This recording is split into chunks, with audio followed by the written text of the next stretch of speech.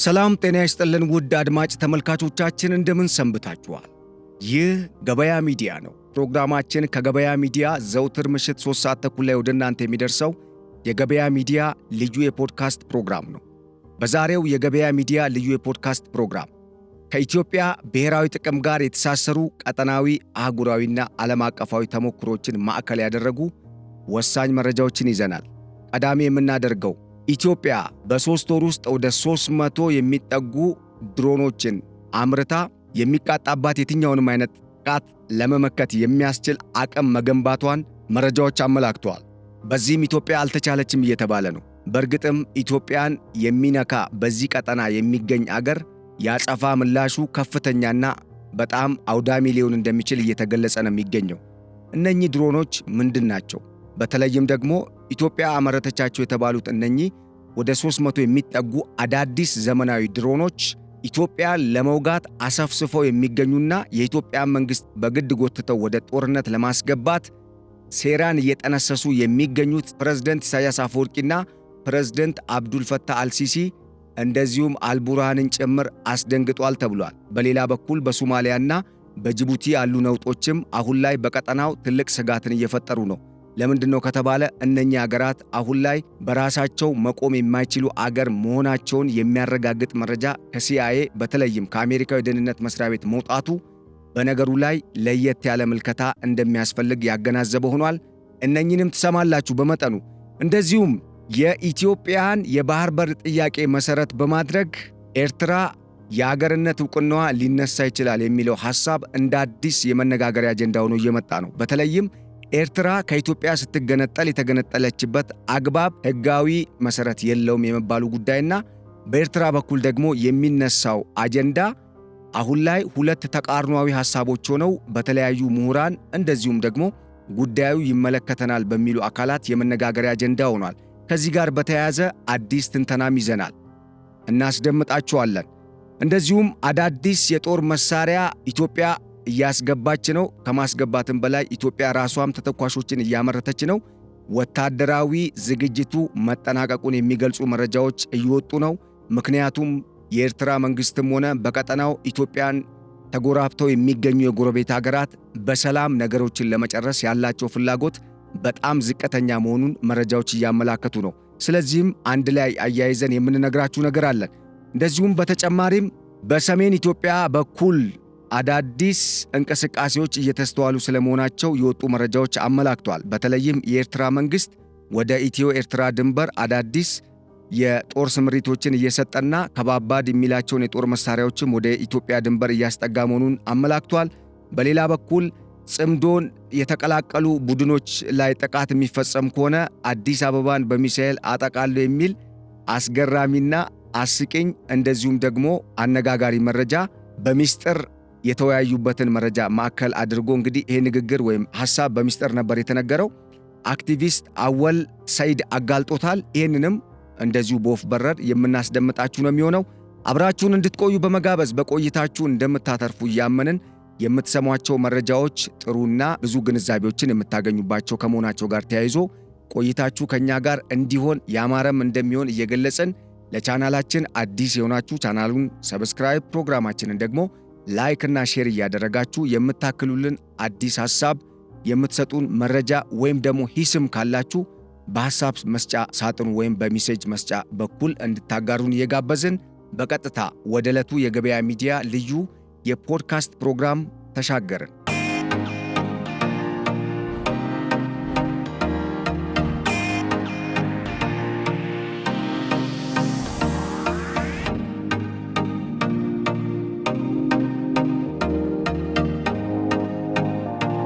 ኢትዮጵያ አልተቻለችም ተብሏል። ኢትዮጵያ እንግዲህ ከሰሞኑ የተለያዩ እንቅስቃሴዎችን እያደረገች ነው። በተለይ በግብጽ በኩል አሁን ላይ እየተሰሙ ያሉ ቅሬታዎችን በሚመለከት የኢትዮጵያ መንግስት እንደቀደመው ጊዜ እግር በእግር እየተከታተለ ለነሱ መሰረት አልባ ውንጀላ መግለጫም ከማውጣት ምላሽም ከመስጠት ራሱን እየቆጠበ ነው። ይህ ያሳሰባቸው ግብጾች አሁን ላይ ኢትዮጵያ አድፍጣና ጸጥ ብላ ቀጠናውን እየተቆጣጠረች ነው፣ የምትሄድበት አካሄድም ግራ አጋቢ ሆኗል የሚል ሐሳብ አስተያየት በሚዲያዎቻቸው አማካኝነት እየተሰጠ ነው። በተለይ የግብጽ ምሁራን በዚህ ጉዳይ ላይ አስቂኝ መረጃን እያወጡ ነው። እርስ በርሱ የሚጣረስ የኢትዮጵያ ሁኔታን ምን እንበለው እስከ ማለት ድረስ ግራ የተጋቡበት ሁኔታ ነው ያለው። አሁንም ግራ ያጋባቸውና እናም ከሰሞኑ በግብፅ በኩል የተሰሙ አዳዲስ መረጃዎች ምንድናቸው? የጠቅላይ ሚኒስትር ዶክተር አብይ አህመድ መንግስት ወይም የሚመሩት አስተዳደር ኢትዮጵያ ውስጥ ከዚህ ቀደም ያልታየ አካሄድን ነው እየሄደ ያለው፣ ግራ አጋብቶናል የሚል ነገር ሰጥተዋል። በሌላ በኩል በኢትዮጵያና በኤርትራ መካከል ጦርነት የሚነሳ ከሆነ እኛ እጃችንን እናስገባለን፣ ምክንያቱም የቀይ ባህር ቀጠና ሰላሙ ይናጋል፣ ይቃወሳል። በዚህም ቀጠናዊ ብቻ ሳይሆን ይሄ ጦርነት ዓለም አቀፋዊ ሊሆን ስለሚችል ልንገባበት እንችላለን፣ መግባትም አለበት መንግስት የሚል የግብፅ ምሁራን ትንተና ሰጥተውበታል። ግን አስገራሚው ነገር እዚህ ጋር የግብፅ መንግስት ሊገባበት ይችላል ብለው መግለጻቸው ሳይሆን የግብፅ መንግስት እንደሚገባበት ወይም ከኤርትራ ጎን እንደሚሰለፍ አልቡርሃንን በቀጥታ እንደሚደግፍ፣ በአንድ በኩል ደግሞ ዞር ብሎ አሸማጋይ ነኝ ብሎ የአልሲሲ መንግስት ፊቱን በጨው አጥቦ እንደሚቀርብ ይታወቃል። ይሄ ፀሐይ የሞቀው ሚስጥር ነው፣ ምንም እንትን አይደለም። ነገር ግን በራሳቸው አንደበት ይህንን ማረጋገጣቸው ምን ያህል ኢትዮጵያ ላይ እንግዲህ አቋም ይዘው ኢትዮጵያን ለማተራመስ ወይም ኢትዮጵያ በዚህ በቀጠናዊ የበላይነትን ለማስጠበቅ በሚደረገው እንቅስቃሴ ውስጥ እንድትዳከም ካገኙት ኃይል ጋር ከሰይጣንም ጋር ሊሆን ይችላል ለመስራት ፈቃደኛ እንደሆኑ የሚያሳይ ነው አንዱ። ሁለተኛው ጉዳይ ግን አነጋጋሪውና አስቂው ነገር ምንድነው? ይሄ ጦርነት ከተነሳ ግብፅ በዓለም አቀፍ ደረጃ ያላትን ተቀባይነት ታጣለች ሲሉ የግብፅ ምሁራን ራሳቸው አረጋግጠው ተናግረዋል። ለምንድነው? በጦርነቱ ኢትዮጵያ የባህር በሩን ታገኛለች። የባህር በሩን የምታገኝ ከሆነ ደግሞ አንደኛ በቀጠናው ያላት ተቀባይነትና ተጽዕኖ ይጨምራል። በተጨማሪና ሌላው ነገር ደግሞ በዚህ ግድድር ውስጥ ለኤርትራ መንግስትም ሆነ ወይም ደግሞ ከኤርትራ መንግስት ጋር ደግፎ የሚቆም ኃይል የባህር በር እንዳላገኝ በዓለም አቀፍ ሕግ የተፈቀደልኝን በጎረቤት አገራት በኩል መጠቀም የምችለውን የሚለውን የተባበሩት መንግስታት ድርጅት በ1980ዎቹ 82 ይወጣ የተባለውን የውቅያኖሶችና የባህር አካላትን የውሃውን ሁኔታ የሚደነግገውንና ስለ ውሃ አጠቃቀም በተለይ ስለ ባህር የሚደነግገውን ሕግ የተጣረሰ አካሄድ ነው እየሄደ ያለው የግብፅ መንግስት በሚል ክስ ሊያቀርብበት ይችላል። ይሄ ደግሞ የግብፅ መንግስትን ዓለም አቀፍ ተቀባይነት እንዲያጣ ወይም ደግሞ በዓለም አቀፍ ደረጃ ውግዘት እንዲደርስበት ከማድረጉም በላይ ጥቅማችን ላይ ብሔራዊ ጥቅማችን ላይ አደጋ ሊያመጣ ይችላል ሲሉ ደግሞ የተጣረሰ ሐሳብ ተናግረዋል።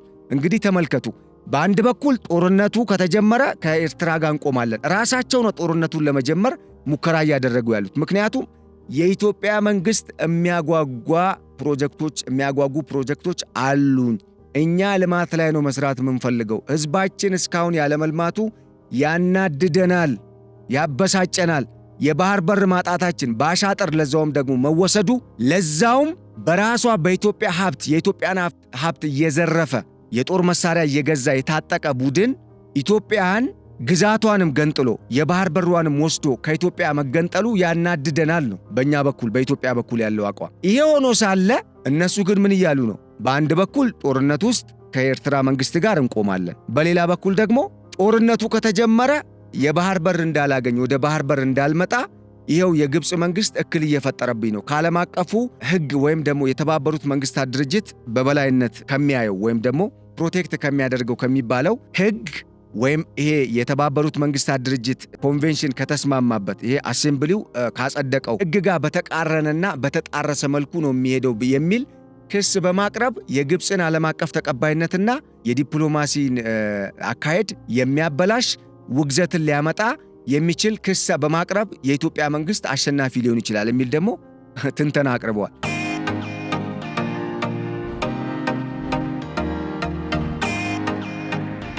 እንግዲህ ምን እንበላቸው? የሚይዙት የሚጨብጡት እንዳጡ አንድ የምናይበት ነው። በሌላ በኩል ደግሞ ምንድነው ይሄ የሰው ደም ያለበት ያቅለበልበዋል እንደሚባለው ነው። አሁን እያቅለበለባቸው ነው። ራሳቸው አውቀው ይሁን ሳያውቁ፣ በእርግጥ ይሄን ነገርም መፈተሽ ያስፈልጋል። በደንብ ውስጡን መለየት ያስፈልጋል፣ ማየት ያስፈልጋል። ያም ሆነ ይህ ግን የሚያወጡት መረጃ እርስ በርሱ ከመጣረሱም በላይ እንደ ሚስጥር ይዘው ያሉትንም ነገር እያጋለጡ ያሉበት ሁኔታ ነው ያለው እና ይሄ በራሱ አነጋጋሪ ነው። እንግዲህ እንደዚህ እያሉ ነው ያሉት። ይሄም የኢትዮጵያ መንግስት አካሄድ ምን ያህል የተጠና አካሄድ እየሄደ እንደሆነ የሚያሳይ ነው። ምክንያቱም እንደ ጠላት መብዛት እዚህ አካባቢ እስከ የትኛው ሀገር ነው ከኢትዮጵያ ጋር በፍቅርና በጥምረት ልማቱን ደግፎ አብሮ ለመልማት ፈቃደኛ ሆኖ የሚሰራው?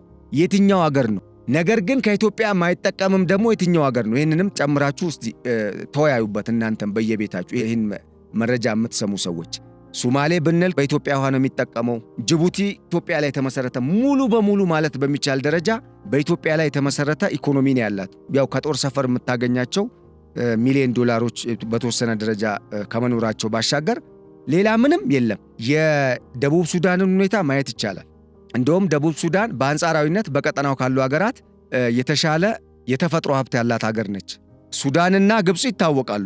ትልቁ አይን የሆነውን ዋናውን ውሃ ከኢትዮጵያ እየተጠቀሙ ነገር ግን ኢትዮጵያ በራሷ ተፈጥሮ በቸራት ውሃ እንዳትጠቀም አንዴ ታጣቂ እያስታጠቁ አንዴ የነጻነት ተዋጊ የነጻነት ምጥርቅሴ እያሉ እያደራጁ ይኸው ለኤርትራ መገንጠል እንግዲህ ድጋፍ ሲያደርጉ ዋና ደግሞ የሻዕቢያ መንግስት የመንቀሳቀሻ ማዕከል ሆነውም ያገለገሉ አገራት ናቸው።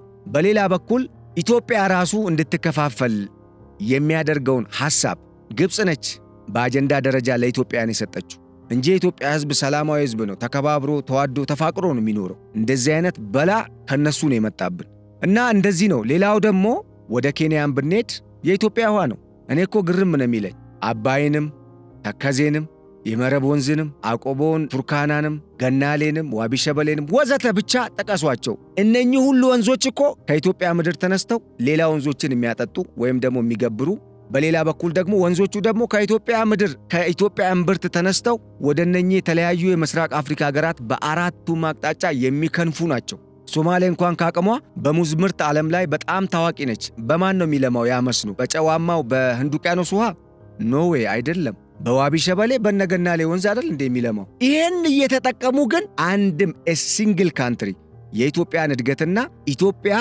ቢያንስ ኬንያን እዚህ ውስጥ ማካተት አንችልም። ደቡብ ሱዳንም እሺ፣ ያው በተለይ ኬንያ ከኢትዮጵያ ጋር የሚቃረን አይዲያ የላትም ወይም የውጭ ግንኙነት ፖሊሲዋ ከኢትዮጵያ ጋር የተሳሰረ ነው። ምክንያቱም ሁለቱ ሀገራት ተመሳሳይ የሆነ የውጭ ግንኙነት ፖሊሲና ቀጠናው ላይ ተመጋጋቢ የሆነ ኢኮኖሚን ያላቸው በፖሊሲ ደረጃም ሴኩላር ስቴትም ስለሆኑ በዋናነት አንጻራዊ የሆነ አቅማቸውም ሲታይ ተገዳዳሪና ሰላም አቅማ ያላቸው ሰላም የሚባሉ አገራት ናቸው። ይህን ስል ከምን አንጻር ነው እያልኩ ያሉት?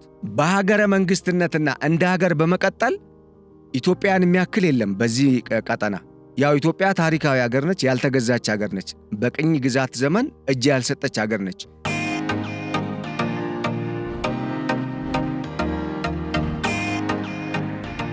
ከቅኝ ግዛት በኋላ የተፈለፈሉ አገራት ግማሾቹ ፌልድ ስቴት ተብሏል፣ ተደምድሞባቸዋል።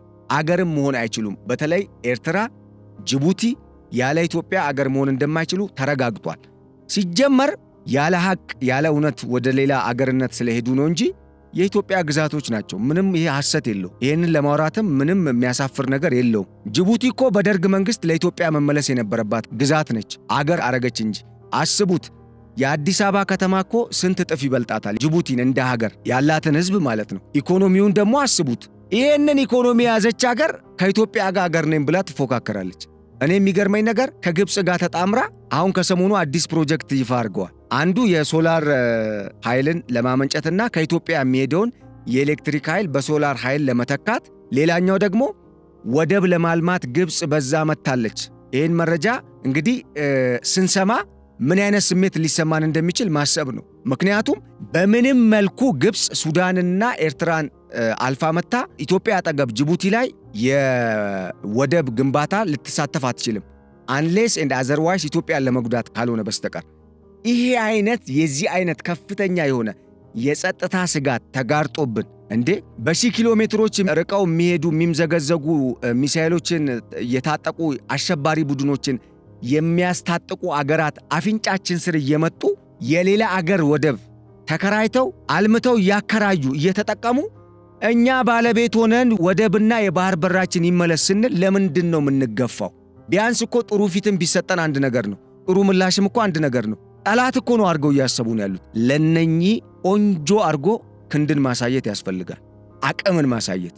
ልክ ማስገባት ያስፈልጋል። ይህን የምንለው ከምን አንጻር ነው? ሰላም ስለማንፈልግ አይደለም፣ ወይም ደግሞ የኢትዮጵያ መንግስት ሰላም ስለማይፈልግ አይደለም። ፈጽሞ ኖ ዌይ። ኢትዮጵያ እኮ የነሱ የኢኮኖሚ ቋታቸው ነው የሆነቻቸው ቢገባቸው። ውሃ እኮ ዓለም ላይ ህይወት ነው። ውሃ እኮ አሁን ላይ ዋና የዓለም የማህበራዊ ኢኮኖሚያዊና ፖለቲካዊ መዘወሪያ ትልቅ አጀንዳ ነው። ቀጣዩ ሶስተኛው ዓለም ጦርነት እኮ በውሃ ነው ይሆናል እየተባለ ያለው። ውሃን መሰረት አድርጎ ነው ይመጣል እየተባለ ያለው። ግብፅና ኢትዮጵያ ያሉበትን ሁኔታም እኮ በምሳሌነት ማንሳት ይቻላል። ህንድና ፓኪስታን የገቡበትን ውዝግብ ማንሳት ይቻላል። አውሮፓ ሀገር ውስጥም በተለይ ቻይናና ህንድም አሁን በቀጣይ ውዝግብ ውስጥ ሊገቡ ይችላሉ እየተባለ ነው። ምክንያቱም ቻይና በቅርቡ በጣም በዓለም አንደኛ የሚባል ግዙፍ የኃይል ማመንጫ ፕሮጀክትን በኢንደስ ወንዝ መሰለኝ እየገነባች ነው እና ደግሞ ልታስፋፋ እቅድ አውጥታለች። ማን ይናገራታል? እነ ቻይናን ሲሆን የሚናገር የለም። እንደ ኢትዮጵያ አይነት ሀገር ሲሆን ደግሞ እንደ አቅሚቲ ለራሳቸው እንኳን አንድ ከተማ እንኳን ማዕከላዊ መንግስት ሆኖ አንድ ከተማ እንኳን መቆጣጠር ያልቻሉ አገራት ኢትዮጵያን ለመገዳደር ይሞክራሉ። አንዱ የያዘን ህግ ነው በእርግጥ። ምክንያቱም ኢትዮጵያውያን አርበኝነቱን ጀግንነቱን አተውት አይደለም። ምክንያቱም እቺ ሀገር እስካሁንም የዘለቀችው በልጆቿ ጀግንነት ነው፣ በእናት በአባት በአያት ቅድማያት። ከዛ በላይ ደግሞ እነኚህ አገራት ራሳቸው ከቅኝ ግዛት ነፃ እንዲወጡ እኮ ኢትዮጵያ ነበረች ስትረዳ የነበረችው። ያንን ውለታ ረስተው አፍሪካ ህብረት ደካማም ይሁን ተመስርቶ ዛሬ ለደረሰበት ደረጃ ዋናውን ሚና የተጫወተችው የአፍሪካ ሀገራት ነፃ እንዲወጡም ትልቅ አስተዋጽኦን ያደረገችው ኢትዮጵያ ነበረች። አፄ ኃይለ ሥላሴ በዚህ ላይ ስንት ስራ ነው የሰሩት? መንግስቱ ኃይለማርያምስ በዚህ ላይ ስንት ስራ ነው የሰራው? ጠቅላይ ሚኒስተር መለስም በአፍሪካ ጉዳይ ላይ የአፍሪካ ልሳን ተብለው በዓለም አቀፍ ደረጃ እኮ ለአፍሪካ ሲናገሩ ነበር። ኢትዮጵያ ላይ የመጡ መሪዎች በአፍሪካ ጉዳይ ላይ ዛትማች የሚያለያያቸው ብዙ ነገር የለም። አሁንም እንደዛው ነው። ጠቅላይ ሚኒስተር ዶክተር አብይም እንደዛው ነው። ራስን መቻል፣ አፍሪካ መተሳሰር አለባት ነው። እቺን አገር ነው እንግዲህ የሚጠሏት። በእርግጥ አንዳንዴ እውነት ነው። የሆነ አቅም ያለው ሰው የተሻለ አቅም ያለው የተሻለ ነገር ያለውን ሰው እኮ ምቀኛ ያው ይበዛበታል። ኢትዮጵያም እንደዛ ነው የምትመስለኝ። ምክንያቱም በሰጠች ውሃዋን አብረን እንልማ ባለች እየሞተች መስዋዕትነት እየከፈለች የቀጠናውን ሰላምና ደህንነት ጸጥታ ባስጠበቀች ጭራሽ ከሌላ ኃይል ጋር በመጣመር ኢትዮጵያን ለመውጋት በር ዘግተው መማከራቸው እነኚህን ይቅርታ እንድናረግላቸውም አያረግም። አልሸባብን እኮ ኢትዮጵያውያን ናቸው እየሞቱ በጀግንነት ድምጥማጡን ያጠፉት። የአሜሪካ መንግስት ችሎት ነበር እንዴ አልሸባብን ሶማሊያ ገብቶ? የተባበሩት መንግስታት ድርጅትና የአፍሪካ ጥምር ሰላም አስከባሪ ጦር ገብቶ እኮ አልቻለው። ጀግናው የሀገር መከላከያ ሰራዊት ገባ። ዋላ ኪስማዩ፣ ሞቃዲሾ፣ ላይኛውና ታችኛው ሄርሸበሌ ግዛቶች የት ያልገባበታል? ድምጥማጡን አልሸባብ እኮ ስሙ ራሱ እስኪጠፋ እንደ ድሮ ጥቃት ማድረስ አይደለም መግለጫ መስጠት እንኳን እስኪያቅተው ድረስ የለም ተብሎ እስኪጠፋ እኮ የኢትዮጵያ ሀገር መከላከያ ሰራዊት ነው ይህንን ታሪክ የሰራው። ይህንን ረስቶ ዛሬ ሐሰን ሼክ ከጅቡቲ ጋር ይመሳጠራል፣ ከግብፅ ጋር ይመሳጠራል። ይህንን ረስቶ ጅቡቲ እንደ አገር ለመቆሟ ምክንያት ኢትዮጵያ ሆና እያለች እያወቀም የእስማኤል ኡመር ጊሌ ቤተሰብ ስልጣኑን ቆንጥጦ ይዞ ከኢትዮጵያ የሚያገኘውን ገንዘብ ለብቻው የተቀራመተ ለብቻው ጠቅልሎ እየወሰደ ኢትዮጵያ እዛ ጋር የባህር ኃይል ላኑር ብዙ ርቀቶችን ሄደው ጥቃት ሊያደርሱ የሚችሉ የተለያዩ መሳሪያዎችን የታጠቁ አሸባሪዎች በዚህ አካባቢ እየተንቀሳቀሱ ነው፣ የጸጥታ ችግር የጸጥታ ስጋት አለብን ብላ ስታቀርብ እኮ ኖ የባህር ኃይል ነው ያሉ። ለምንድን ነው የጅቡቲ መንግስት የታጁራ ወደብን ሙሉ በሙሉ ትጠቀምበት ብሎ ያቀረበውን አማራጭ ያልተቀበለችው ኢትዮጵያ? ሌላው ደግሞ የሚገርመው ነገር የኢትዮጵያን ሹፌሮች እንግዲህ ለሀገር ዋልታ ናቸው ሹፌሮች፣ ለዛውም እንዲሁ እየተገደሉ ያለ አግባብ ስንት ቤት ስንት ሐዘን ገብቷል።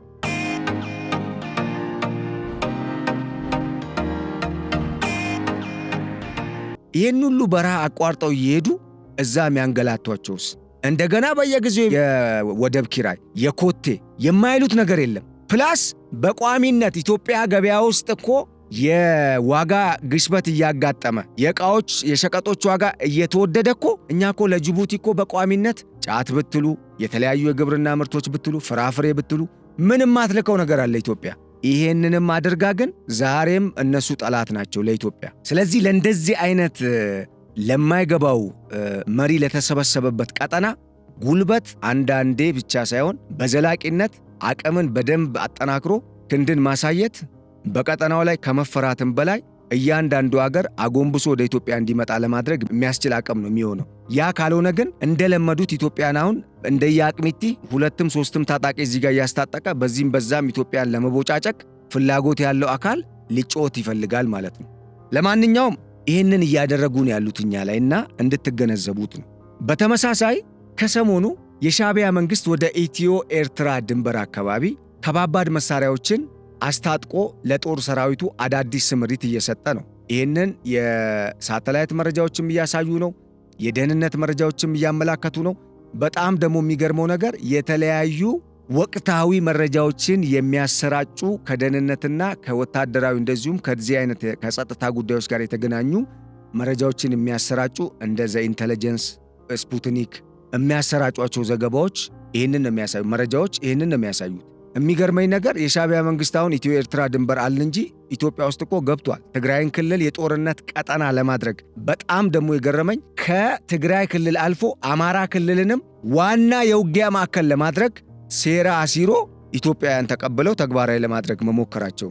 እስኪ አሁን በጦርነት ውስጥ ሆስፒታል ይወድማል፣ የንግድ ተቋማት ይወድማሉ፣ ኤርፖርቶች ይወድማሉ፣ መንገድ ይበላሻል፣ ይፈርሳል፣ ህንፃዎች ይፈርሳሉ። ገበሬው እንደፈለገው ወጥቶ ማምረት አይችልም። አርሶ አደሩ የሚበላውም ሊያጣ ይችላል። ይሄ ነው ታዲያ ለነጻነት መዋጋት? ይሄ ነው አገርን መጥቀም? ወይም ደግሞ ለአገር ነው የምታገለው ማለት ይሄ ነው? የተገነባውን አፍርሶ እንደ አዲስ ከዜሮ መጀመር ነው ስልጣኔ? አረ እናስብ። ወደ አገራችን፣ ወደ ቀልባችን፣ ወደ ራሳችን፣ ወደ አእምሯችን ብንመለስ ነው የሚሻል። ይሄ አካሄድ ለየትኛውም ኃይል የሚጠቅም አይደለም። ይልቁንም በጋራ ስንጣመር አንድ ላይ ስንንቀሳቀስ እንደ አገር የትኛውም እኛ ላይ ሊመጻደቅ የሚፈልግ ኃይልም ሆነ አገር አደብ ይገዛል። ይሄ ከቀደመው ታሪካችን በርካታ ማሳያ ስላለን ምንም የሚያጠራጥር ጉዳይ አይደለም።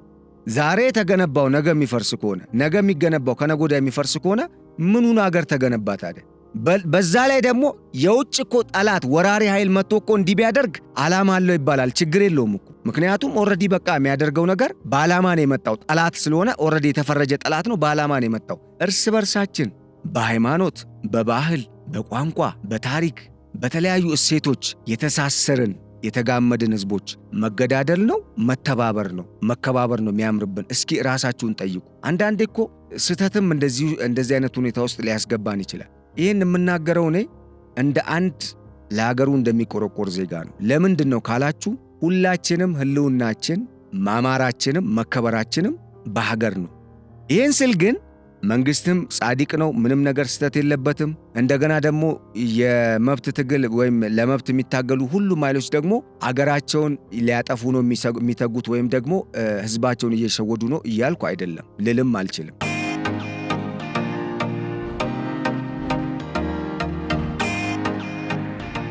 ለምን የመብት እንቅስቃሴዎች እኮ መደረግ አለባቸው። እኛ ሀገር ያልተማከለ ፍትሃዊ ያልሆነ የሀብት ስርጭት፣ የትርክት መዛባት፣ የታሪክ መዛባት ያለበት ሀገር ነው። እውነታው ይሄ እውነታ አለ። ግን ይህንን የምናሳካበት ወይም የምናስተካክልበት መንገድ ቢያንስ የሀገር ህልውናን በማይጎዳ ጥያቄ ውስጥ በማያስገባ መልኩ ቢሆን የበለጠ ይመረጣል እንጂ በምንም ተአምር ግብፅ ለራሷ አይደለም ለእኛ ሀገር ለራሷ ብሔራዊ ጥቅም የራሷ ዜጋ እንዲሞት አታረግም። ሰው ሀገር ሄዶ እኛኑ ነው የምታባላን። እዚህ ላይ በደንብ አጽንኦት ሰጥተን ራሳችንን መፈተሽ አለብን። እንድንጠላላ የሚያደርጉን ግብጾችና ይሄ የግብፅ ተላላኪ ሻዕቢያ ነው። ወደ ቀይ ባህር እንዳንገባ የሚፈልጉት እንደነ ሳውዲና ከሳውዲ ጋር ጥቅም ያላቸው ናቸው። ለምን? በቀጠናው ላይ እነሱ ብቻ የበላይ ሆነው ከኛ የሚፈልጉትን መቀበል፣ እኛ ዳምፕ ማድረጊያ እያመጡ የሚያመርቱትን ወይም ያላቸውን ነገር እኛ ላይ ይጥላሉ። ከዛስ እኛ ሁሌ እነሱ ሀብታም እኛ ድሃ፣ ከዛ የኛ ዜጋ ወደ እነሱ ብቻ የሚሰደድ።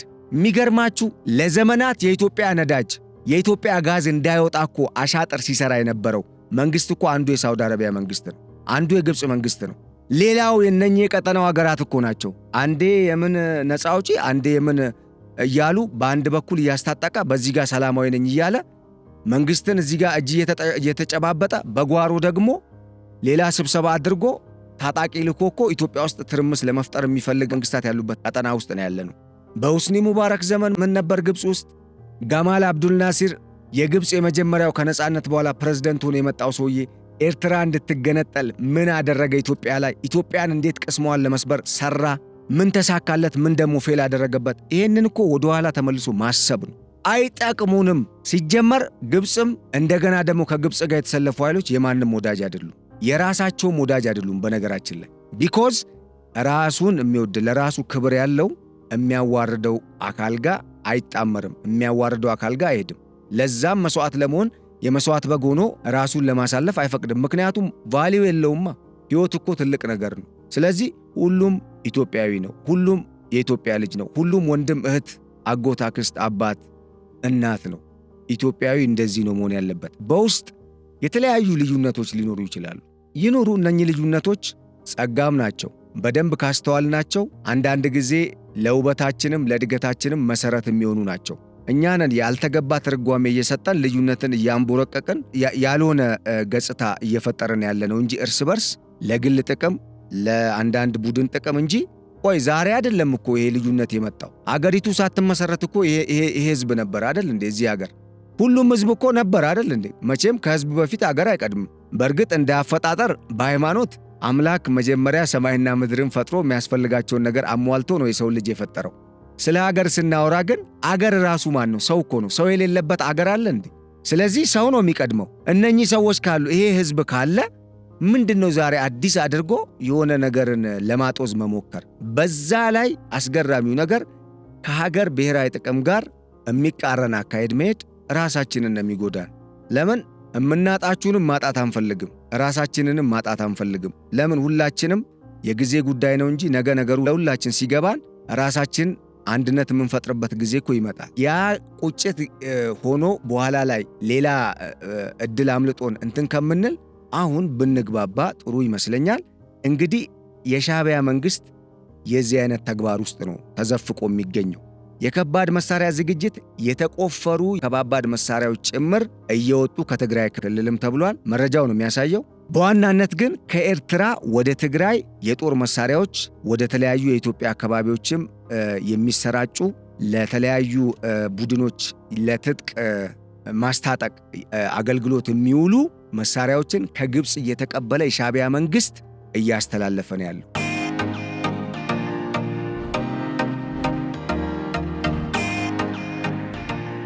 ባለፈው ጠቅላይ ሚኒስትር ዶክተር አብይ አህመድ በፓርላማ መሳሪያ ጥይት አስተላላፊ አትሁኑ ነበር ያሉት አይደለም? አሁን ያንን ተግባር እየፈጸመ ነው ያለው የሻዕቢያ መንግስት። እዚህ ላይ ከሻዕቢያ መንግስት ጋር የምትሰራ ማንኛውም ኢትዮጵያዊ ወንድምና እህትን እየገደለ አብረው የምትጣመር ከሆነ ጥያቄ ያለብህ ማለት ነው። ምክንያቱም ለሀገር ጥቅም ሳይሆን የሆነ አጀንዳ ይዘህ ነው የምትሰራው። ግብፅ ኢትዮጵያን ለመጣል ለመበታተን ክትፍትፍ አርጋ ብትችል እንደ ሽንኩርት የተለያየ ፒስ አርጋን እኛን ለመለያየት የተለያዩ ቅንጣቶች አርጋ ልትበታተነን እንደምትሰራ እየታወቀ የግብፅን አጀንዳ ለማስፈጸም ኢትዮጵያ ውስጥ ከኢትዮጵያን ጋር የሚገዳደር ካለ ይሄ ሌላ አጀንዳ ነው ያለው ማለት ነው። ምክንያቱም በምንም ተአምር ለመብት ነው እንትን ምለው ቢል ማንም ይሰማው የለ። ምክንያቱም ለመብት የሚታገሉ እኮ ትክክለኛ ለህዝብ መብት የሚታገሉ ለእኩልነት የሚታገሉ እኮ አሉ። እነሱ ራሱ ይታዘቧቸዋል። እናም የሻዕቢያ መንግስት ይህን እየሰራ ነው። ሌላው የሻዕቢያ መንግስት የሚመራው 4 ነጥቦች በዋናነት ቦልድ ተደርገው የመነጋገሪያ አጀንዳ የሆኑበት ስብሰባ ተካሂዷል። ይሄም አንደኛው የጽምዶ ኃይልን ትግራይን ለመቆጣጠር የሚያስችሉ የተለያዩ ያው ኦብቪየስሊ ሻዕቢያ ትግራይን ለመቆጣጠር ነው። ባጭሩ ትግራይን ለመቆጣጠር የሚያስችል እቅድና ስትራቴጂ ላይ ተወያይቷል። በእርግጥ ስትራቴጂ መሆን አይችልም፣ ምክንያቱም ቀድሞ ኦልሬዲ ስትራቴጂውን ነድፎ እየሰራበት ስለሆነ ስትራቴጂው በኢትዮጵያ ደረጃ ነው። የሻዕቢያ ለትግራይ ታክቲካል ነው። አሁን ለጊዜው ራሱን መከላከያ ያረጀ የተዳከመ እንደዚሁም ደግሞ የተሰላቸ ጦርነት የማይፈልግ ለራሱ ተማሮ ያለ ወታደርን ስለያዘ በዚህ በአፍላ ዕድሜ ላይ የሚገኝ የኢትዮጵያን ዜጋ ወጣት ለመማገድ በዋናነት ደግሞ እፍረተ ቢስ የሆነ ሰውዬ በትግራይ ጦርነት ወቅት ያንን ሁሉ በደልና ስቃይ በህዝቡ ላይ ፈጽሞ ሲያበቃ ያልበቃ ብሎት አሁንም ደግሞ የትግራይን ወጣት ለመማገድ እንደዚህ አይነት ከግብፅ ጋር ለዛውም ለግብፅ አጀንዳ መሞከሩ እንግዲህ በሚዛን ላይ ሲቀመጥ ምን አይነት ሐሳብ እንደሚኖረው አላቅም። ምክንያቱም እኔም ይህን የምለው ከምን አንጻር ነው? ትግራይ እና ትግራዋይ ለራሱ አያንስም። ጥያቄም ካለው በራሱ ማንሳት ይችላል። ለራሱ አያንስም። እንደማያንስ እያወቀ የትግራይን ምድር የአማራ ክልልን ምድር የነውጥ ቀጠና ለማድረግ የሚገዳደር ከሆነ ወይም ደግሞ የሱን ዓላማ ተቀብሎ አብሮ የሚሰራ ካለ ይሄ እንግዲህ ምን ሊባል እንደሚችል ራስን መጠየቅ ነው። ግን ሩቅ የሚያስኬድ አይሆንም። ለምን? ለኢትዮጵያ ሰው ብቻ አይደለም የሚዋጋላት፣ እውነትም ነው። እውነት ደግሞ አምላክ ጋር ነው ያለው። አምላክም ነው የሚዋጋላት። እውነት ካለ ያው መጨረሻ እውነት አሸናፊ መሆኑ ስለማይቀር ማለት ነው። ልንሳሳት እንችላለን። የስ ሰው ነን እኮ።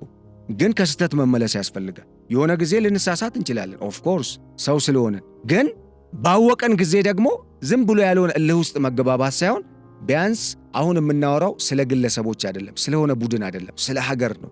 ስለ ሀገር ስለሆነ ስለ ሀገር ላይ አገርማ አገር ነች ነው እንጂ ማለት የሚያስፈልገው ግብፅን ከተባበርን ምን ዋጋ አለው? ግብፅ እኮ ማለት ሰይጣን ሀገር እኮ ነች። አንድ ቀን መልካም የሆነ ሐሳብ መልካም የሆነ ግንኙነት ልፍጠር ብላ አስባ በፖሊሲ ደረጃ እንኳን አይደለም እንደው በታክቲክ ደረጃ የሆነ ስትራቴጂም አይደለም እንደው በታክቲክ ለሆነ ጊዜ እንኳን የሚዘልቅ እኮ ግንኙነት ለመፍጠር አስባ ማታቅ አገር እኮ ነች። የኋላ ታሪኳን ማየት ነው። ስለ ኢትዮጵያ ምን እንደሚሰሩ ፖሊሲያቸው ምን እንደሆነ ስለ ኢትዮጵያ አመለካከታቸው ምን እንደሆነ ማየት እኮ ነው። አረብ ሀገርስ ሄደው ኢትዮጵያን ይወዳሉ እንዴ? በሰው ሀገር ሆኖ እኮ ኢትዮጵያውያንን የሚያሰሩ ግብጾች ናቸው። አብዛኛ አረብ እየተባለ ዜጎቻችንን ከፎቅ ላይ የሚጥሉት የሚያባርሩት ምን የሚሉት አንዳንዶቹን የሚያቃጥሉት ስንት ነገር ነው ያደረጉት። ይህንን ለምን እንረሳለን? ስለዚህ ይህንን ነው እያልኩ ያለሁት። ለማንኛውም እንግዲህ የግብፅ አጀንዳ በሻዕቢያ በኩል ተግባራዊ እንዲሆን ማዕከል ያደረገ ወይም መሰረት ያደረገ የሻዕቢያ መንግስት የትግራይን ክልል ለመቆጣጠር የሚያስችል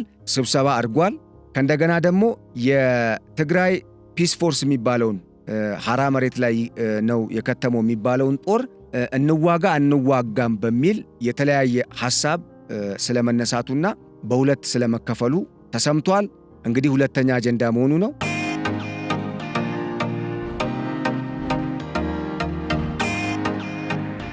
ሌላው በጣም የሚገርመኝ ነገር የሻዕቢያ መንግስት ህወሓት ውስጥ የአመራር ለውጥ ሊያመጣ ነው ተብሏል። እንደውም በጣም የሚገርመው ነገር ለራሱ የሚመቹትን ብቻ ለትግራይ ህዝብ አይደለም እኔ ማወራው ለትግራይ ህዝብ የሚጠቅመው ያ አካሄድ አይደለም የሚለውን ነገር ለማሳየት ነው። ለምን ለትግራይ ህዝብ የሚጠቅም ሳይሆን ለሻዕቢያ ለኢሳያስ አፈወርቂ አዲያሎ ተቀምጦ እንዲመራ ለማድረግ ከሱ ጋር የሚተባበሩ ኃይሎች ወደ ስልጣን እንዲመጡ የሚፈልጋቸውን ሰዎች ሹምሽር ሊያደርግ ነው በእጅ አዙር።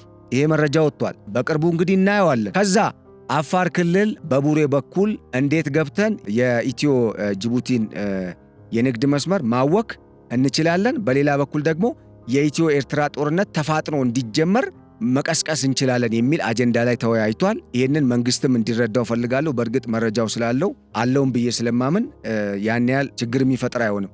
ነገር ግን በዚህ ስብሰባ የተነሳ የሆነ አቅጣጫ ሰጥቶ ሳያቀው የሚማገደው ዜጋ ራሱን ማወቅና ራሱን መፈተሽ እንዳለበት ለማመላከት ነው።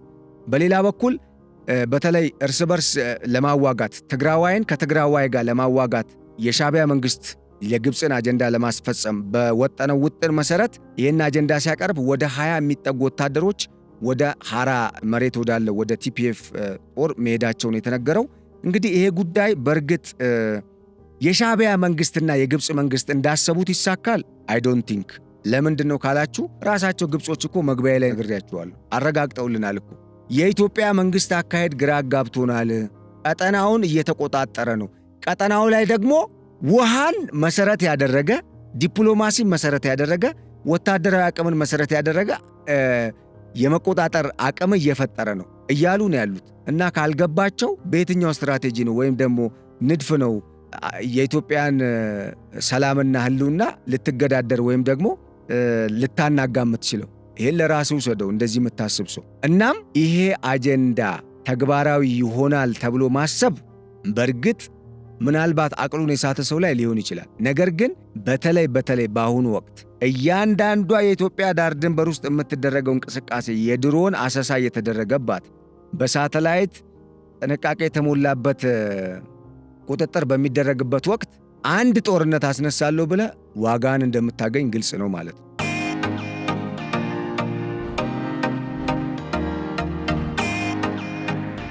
ለምን ከተባለ እውነት ስለሚያሸንፍ፣ በእውነት በኩል ደግሞ አምላክ ስላለ፣ በሌላ በኩል ደግሞ ህዝብ ያመነበት አጀንዳ ነው። በቃ አጭር። መቼም ህዝብን ተዋግቶ የሚያሸንፋለ የለም። ህዝብ አምኖበታል። ህዝቡ በቃ ትክክል ነው፣ ታሪኬን መልሱልኝ እያለ እኮ ነው። የሰረቃችሁኝን የወሰዳችሁብኝን ታሪኬን መልሱልኝ። የስበት ማዕከሌ ነው የተወሰደው። የባህር በሩ ማለት የኢትዮጵያ የስበት ማዕከል ነው፣ መተንፈሻ ነው፣ ከዓለም ጋር የምትገናኝበት ነው፣ መውጫ መግቢያዋ ነው፣ ኢኮኖሚዋ ነው፣ ፖለቲካዋ ነው፣ ቀጠናውን የምትዘውርበት አቅሟን የምትፈጥርበት ነው፣ የምታሳይበት ቦታ ነው። ያንን መልሱልኝ። እስካሁንም በውስጤ ሲብሰለሰል ነው ስላልተነሳ። ስናነሳም ግማሾቻችን እየታሰርን፣ ግማሾቻችን የገባንበት እንዳይታወቅ ተደርጎ ደብዛችን እንዲጠፋ ስለተደረግን ነው እንጂ ስለ ወደብና ስለ ባህር በር ጉዳይ የማይገደው ከሰሜን እስከ ታች ሞያሌ፣ ከትግራይ ጫፍ እስከ ሞያሌ ድረስ የማይገደው ከጅቡቲ ድንበር እስከ ደቡብ ሱዳን ድንበር ያለ ኢትዮጵያዊ ስለዚህ ጉዳይ ምንም ልዩነት የለው። ያስፈልጋታል፣ የኢትዮጵያ ነው፣ ይታመናል። ይሄ ደግሞ በስሜት አይደለም፣ በስሌትም በእውነትም ነው። ምክንያቱም የኢትዮጵያ ነበረ። ተጨማሪ ደግሞ አንድ ነገር ልጨምርላችሁ እስቲ።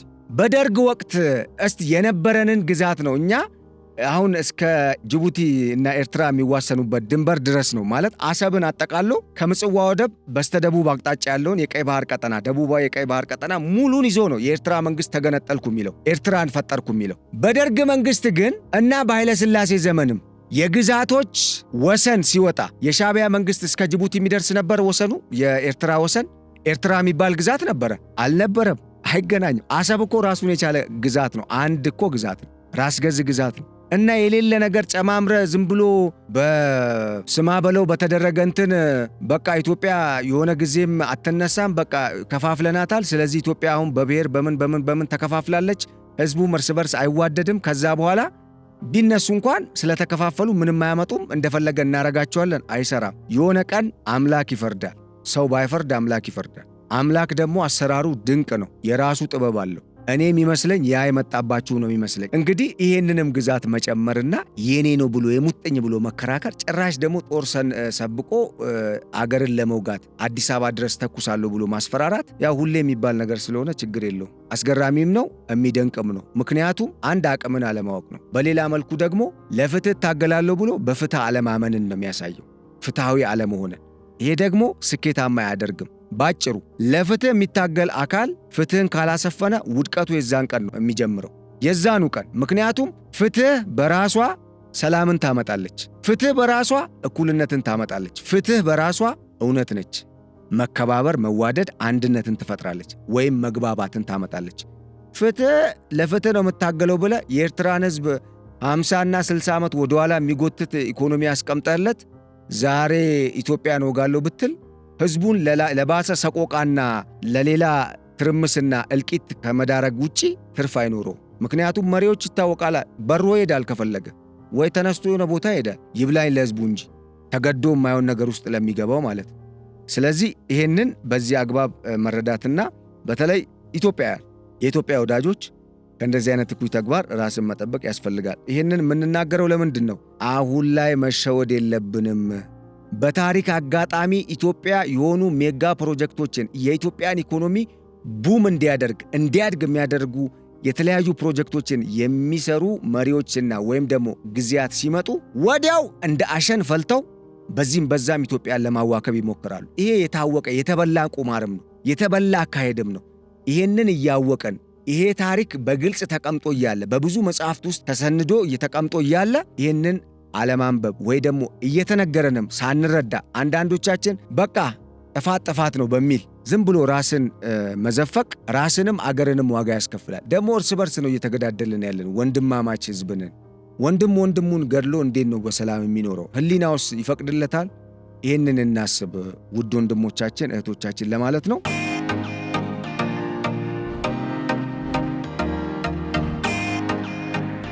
ይህን ካልኩኝ በኋላ ኢትዮጵያ አልተቻለችም።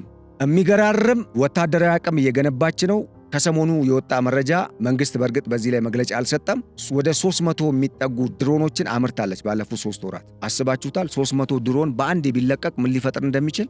ሌላውን ተዉትና ማለት ነው። ኢትዮጵያ ድሮን ማኑፋክቸሪንግ ኢንቲቲስ ኢንክሉድ ስካይዊን ኤሮኖቲክስ ኢንዱስትሪስ ስቴት ረን ካምፓኒ ማኑፋክቸሪንግ አንማንድ ኤሪያል vehicles for both civilian and military use ይልና and companies like Aero Abai and ኢትዮ ሬድ ፎክስ የሚባሉ የድሮን አምራች ኩባንያዎች ኢትዮጵያ ውስጥ አሉ። እነኚህ በጣም ታዋቂ ናቸው።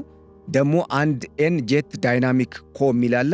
አን ኢንቲቲ ስፔሻላይዚንግ ኢን አንማንድ ኤሪየል ቪክልስ የሚያመርት ማለት ነው። እነኚህ ሰው አልባ ድሮኖችን፣ አጥፍቶ ጠፊ ድሮኖችን፣ የተለያዩ አቅም ያላቸው በአየር ላይ የመቆየት አቅማቸው ከረጅም እስከ አጭር የሚባል ወይም በዛ ደረጃ የሚገመቱ ድሮኖችን እንደዚሁም ትልልቅ መሳሪያን የሚሸከሙ ሰው አልባ ድሮኖችንም አምርታለች ኢትዮጵያ።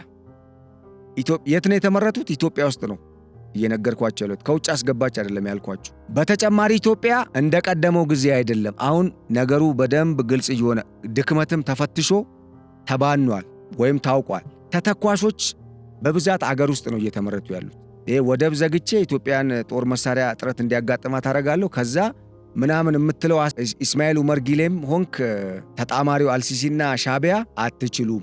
ባጭሩ የኢትዮጵያ አቅም የቀጠናው 3 እና 4 ሀገራት ተዳምረው ሊመክቱት የማይችሉት እየመጣ ያሉ። ለምን ከተባለ እያጋነንኩ አይደለም። ደግሞ ይህንን ስል ጦርነትንም እየሰበኩኝ አይደለም።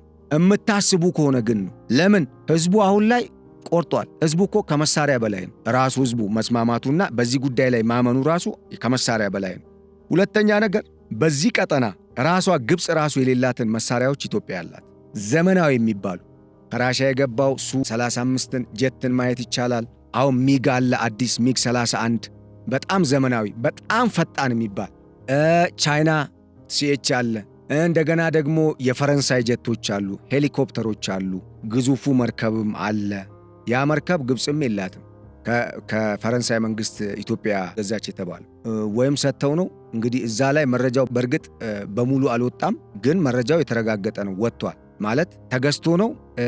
የፈረንሳይ መንግስት እገዛ አድርጎ ነው የሚለው ነገር ግልጽ አልሆነም እንጂ ኢትዮጵያ ገዝታለች የሚለው ነገር ወጥቷል። ግን ሙሉ በሙሉ አሁን ባለው አቅም ትገዛለች ወይስ ድጋፍ ተደርጎ ነው የሚለው ጉዳይ ላይ ጥያቄ ተነስቶ ያልተብራራም እንጂ መረጃው ወጥቷል። እና ይሄ ያለ ከሁሉም በላይ በሀገር ውስጥ ያለው አቅም አለ። ተተኳሾች፣ ድሮኖች። እነኚህ ድሮኖች ከነ ቱርክና ከነ ግብፅ ካላቸው ጋር የሚስተካከሉ ናቸው። ታዲያ እንዴት ነው በዚህ አቅም ኢትዮጵያን የምትገዳደሩት? እነ ጅቡቲ፣ እነ ኤርትራ፣ እነ ሶማሊያ፣ እነ አልቡርሃን። ይህንን ለእናንተ ትተናል። ለማንኛውም ኢትዮጵያ አልተቻለችም። ከሰሞኑ ወታደራዊ አቅሟን አጠናክራለች። በቀጠናው ላይ ማንኛውም አይነት የሚቃጣ ጥቃት ካለ፣ በተለይ በብሔራዊ ጥቅማችን ላይ የሚመጣ ጥቃት ካለ የምንሰጠው አጸፋዊ ምላሽ ከባድ ነው የሚሆነው። ለሱ ደግሞ በተጠንቀቅ ላይ ነን ብለው ባለፈው ፊልድ ማርሻል ብርሃኑ ጁላ የኢትዮጵያ ሀገር መከላከያ ሰራዊት ጠቅላይ ኤታማዦር ሹም አረጋግጠዋል። እንግዲህ ኤታማዦር ሹሙ ናቸው ይሄን ያሉት። ምን ማለት ነው? ዝም ብለው አይናገሩም። መልእክት እኮ ያለው ነገር ነው የተናገሩት፣ ለሚገባው ማለት ነው። ኢትዮጵያ ትዕግስቷ እየተሟጠጠ ነው። አደብ የምትገዙ ከሆነ አደብ ግዙ። ሰላም ነው የሚበጀው። ከዚህ በፊት ጦርነትን አይተነዋል።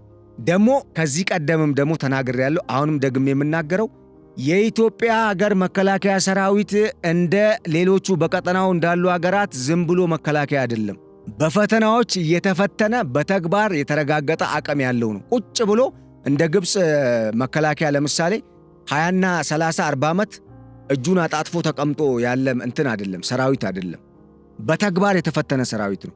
ዝም ብላ የምትፎክረው ግብፅም ከእስራኤል ጋር ካደረገችው ጦርነት በኋላ ጦርነት ውስጥ አልገባችም። ያንን መከላከያ ነው እንግዲህ አሁን ደነፋብን የምትሞክረው፣ ያንን መከላከያ ይዛ። በእርግጥ አሜሪካ እና የአውሮፓ ህብረት በተለይ አሜሪካ ታስታጥቃታለች። ለበርካታ ዘመናት ያው ያስታጠቋት ነው የቀጠሉት። ግን የሚያስታጥቋት አንድ የግብፅ ከፍተኛ የጦር ጀነራል ሲናገሩ ተምዘግዛጊ በአየር ላይ የሚሄድ ዘመናዊ መሳሪያ አይሰጡንም፣ ዝም ብለው ታንክና አውትዴትድ የሆኑ ዘመናዊ ሳይሆን አውትዴትድ የሆኑ ጊዜያቸው ያለፈባቸው ወይም በሌላ አዲስ ምርት የተተኩ መሳሪያዎችን ነው እያስታጠቁን ያሉት ብለው ተችተዋል አሜሪካኖችን።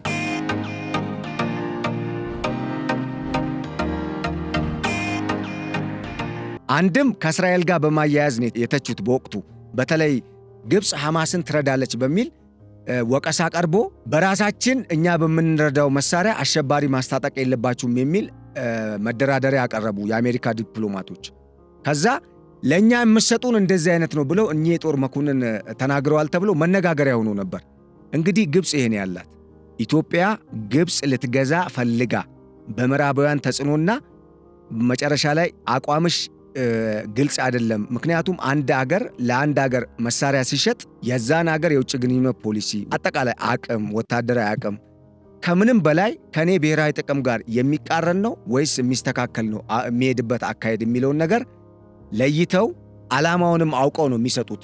ስለዚህ ራሽያ አልሸጠችም ለግብፅ፣ ለኢትዮጵያ ግን ሱ-35ን። ታዲያ ምን ማለት ነው? ሱ-35 እኮ በጣም ዘመናዊ ፈጣን ጀት ነው። ሚግ 31 እኮ በፍጥነት የሚስተካከለው ጀት የለም። መቼም የምንዋጋው ከአሜሪካና ከቻይና ወይ ከራሽያ ጋር አይደለም። እንግዲህ እዚህ ቀጠና ላይ አለን ከሚፎክሩ ኃይሎች ጋር ነው አይደለ? ብንዋጋ እንኳን ጦርነት ብንገባ እንግዲህ እንደሚችሉት እናያለን፣ ይችሉት እንደሆነ። ግን ያ ከመሆኑ በፊት ለማንም አይጠቅምም። ልክ እንደ ስፔኑ ባህላዊ ጨዋታ በቲማቲም አይደለም የምትፈነካከተው ወይም የምትወራወረው፣ በመሳሪያ ነው፣ ባሩድ ገዳይ በሆነ ነገር ማለት ነው። ስለዚህ ቢያንስ እስካሁን ብዙ ሰው በቃ አልቋል አይደለ? በቃ አሁን ደግሞ ሰላም፣ እኛም ሰላም እንፈልጋለን፣ መልማት እንፈልጋለን፣ ኑሯችን የኑሮ ደረጃችን እንዲሻሻል እንፈልጋለን። ህዝባችን እንደዛ ነው የሚፈልገው። አብዛኛው የኢትዮጵያም የኤርትራም በዚህ ቀጠና ያለው ሀገራት ህዝብ እኮ ገጠር ነው የሚኖረው። አሁንም ከተማ ያለው እኮ ጥቂት ህዝብ ነው እንዴ። የመብራት ኃይል አገልግሎት እኮ እስካሁን አልተስፋፋም በሙሉ አይደለም። ከ50 እስከ 60 በመቶ የሚሆነው ህዝብ እኮ አልተዳረሰም። ገና እኮ ብዙ ሥራ ይጠይቀናል። የህዝቡ የኑሮ ደረጃ ታች ነው ያለው። በበሽታ የሚሞት ህዝብ እኮ ነፍ ነው ያለው። ወላድ እናት ሆስፒታል የሚወስዳት አምቡላንስ አታ የምትሞትበት ቀጠና እኮ ነው የያዝነው። እዚህ ቀጠና ውስጥ ሆነ ጦርነት ጭራሽ። ለማንኛውም እነኚህ ናቸው ያሉን መረጃዎች። አንድ አክቲቪስት አወል ሰይድ የሚባል አክቲቪስት አንድ መረጃ ይሄ የሰሜኑን ሁኔታ የሚመለከት በተለይ የሻዕቢያ መንግስትን ሴራ ያለውን ጽምዶ ጥምረት ከተመታ ኢትዮጵያ ላይ ሚሳኤሎችን ተኩሳለሁ ማለቱን የሻዕቢያ መንግስት ማጋለጡን ተከትሎ እየዘመቱበት ነው ያሉት። ለማንኛውም ወንድ ነው፣ ይህንን ማጋለጡ ተገቢ ነው፣ ጎበዝም ነው። ምክንያቱም በቃ እንደዚህ ነው የሚፈለገው። እንደዚህ አሻጥርን የሚሰራን ማጋለጥ። ለምን ሰው ሁሉ በአቅሙ ነው ለሀገሩ የሚቆመው በሚችለው ነገር። እኛም እኮ በምንችለው ነገር ነው እየታገልን ለሀገር አንድነት፣ ለሀገር ጥቅም፣ ለሀገር ብሔራዊ ጥቅም እየተናገርን ያለ ነው። ስለዚህ ልክ እንደዚሁ ሁልህም በያለህበት በዲያስፖራም ያላችሁ በሀገር ውስጥም ያላችሁ ይህንን ነገር በዚህ መልኩ ማለት በማይሆን ሁኔታ የቀጠናው ታሪክ ድጋሚ ሌላ ነገር ውስጥ ገብቶ በማይሆን ሁኔታ ወደ ጦርነት ተገብቶ ጉዳዩ በማይሆን ሁኔታ ከሚጠናቀቅ የደም መፋሰሱ ቀርቶ በሰላማዊ መንገድ በጋራ ማደግ ወይም ደግሞ እርስ በርስ በትብብር ማደግ የሚችሉበትን ሁኔታ እንዲፈጥሩ ምሁራን አርቲክሎች እየጻፋችሁ፣ ፖለቲከኞች ስለ ሰላም እየሰበካችሁ፣ ሀብታሞች ህዝቡ ላይ ከውጭ ኃይል ጋር እየተመሳጠርክ በተለይ ነጋዴ ዋጋ እየጨመርክ ህዝቡን ማማረሩን በማቆም ለህዝብና ለሀገር ለራስ ታማኝ በመሆን ሀገርን መደገፍ፣ ግብር የምትሰርቅ ግብር እየከፈልክ የሀገር ኢኮኖሚ እንዲገነባ ማድረግ፣ እንደዚሁም ደግሞ የምትሰራ ደግሞ በታማኝነት እየሰራ ሰዓትን ጠብቀ እየሰራ ወይም ደግሞ ካንተ የሚጠበቀውን እየሰራ አገርን ማገልገል፣ ጠላት ደግሞ የሆነ ሴራ ሲያሴር የገባህን በማካፈል መረጃ በመለዋወጥ ሀገርን ደህንነቷ እንዲጠበቅ ማድረግ ይጠበቃል።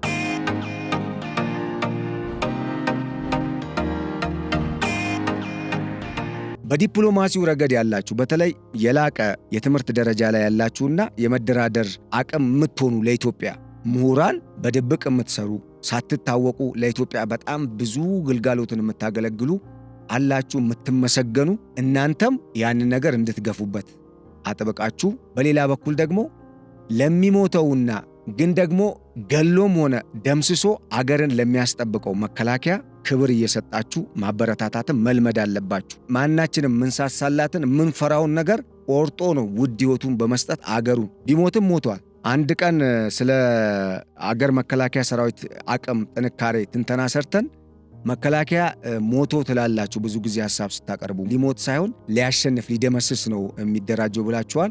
ታርመናል። አንድ አስተያየት ሰጪ ናቸው ይህን አስተያየት ተሰጡን። ግን ያው ሞትም አለበት ውስጡ የማይካድ ነገር። ለማንኛውም መስዋዕት እየከፈለ አገር ለሚያቆመውም ዘብ ለሆነው የህዝቡ አሌንታ ለሆነው መከላከያም በቃ ለአገር የጸጥታ ኃይልም ለሀገር ለሚለፉም ክብር መስጠትን መርሳት የለብንም። ክብር እንስጥ ለማለት ፈልጌ ነው። ክብር ይገባቸዋል። ክብር ለሚገባው ክብር መስጠት ያስፈልጋል ማለት ፈልጋለሁ። እንግዲህ የዛሬው ልዩ የገበያ ሚዲያ የፖድካስት ፕሮግራማችን እስካሁን የሰማችኋቸውን መረጃዎችን ያካተተ ነበረ። ከመረጃዎቻችን በርካታ ቁም ነገሮችን እንደገበያችሁ ተስፋ አደርጋለሁ። በቀጣይ በሌላ ርዕሰ ጉዳይ ዳግም ወደ እናንተ እስክንመለስ ለአሁኑ በዚሁ ተሰናበትናችሁ። ቸር ሰንብቱልን። ሰላም።